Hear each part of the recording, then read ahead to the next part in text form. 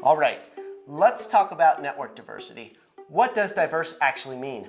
Great question, Phil. Network diversity is the diversity of insights and thoughts you get from interacting with people who are different from you. If you have a diverse network, your relationships cross important organizational, demographic, and cognitive boundaries. Think of boundaries as loose adjectives describing a person. Their gender, job title, location, language, all of these are boundaries. Boundaries exist in every aspect of our life, but there are 5 universal boundaries that we cross in a professional setting, and the diversity of your network can be measured by looking at how many of these boundaries you are crossing.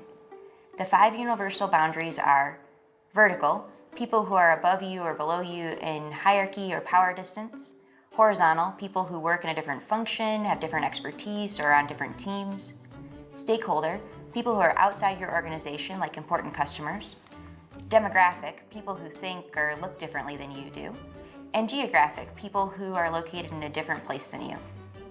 Now, even if you have an open network, if your connections are not diverse, you don't get the full benefit of that openness.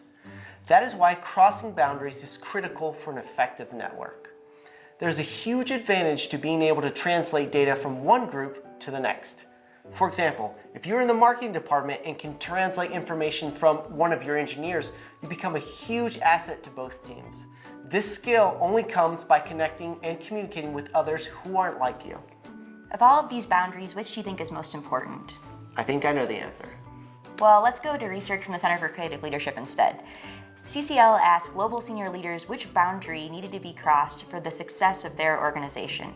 71% of respondents said that horizontal boundary spanning was most critical for their organization's success. So when you ask about your network, ask yourself where you can build relationships across boundaries, especially to other teams or divisions in your organization.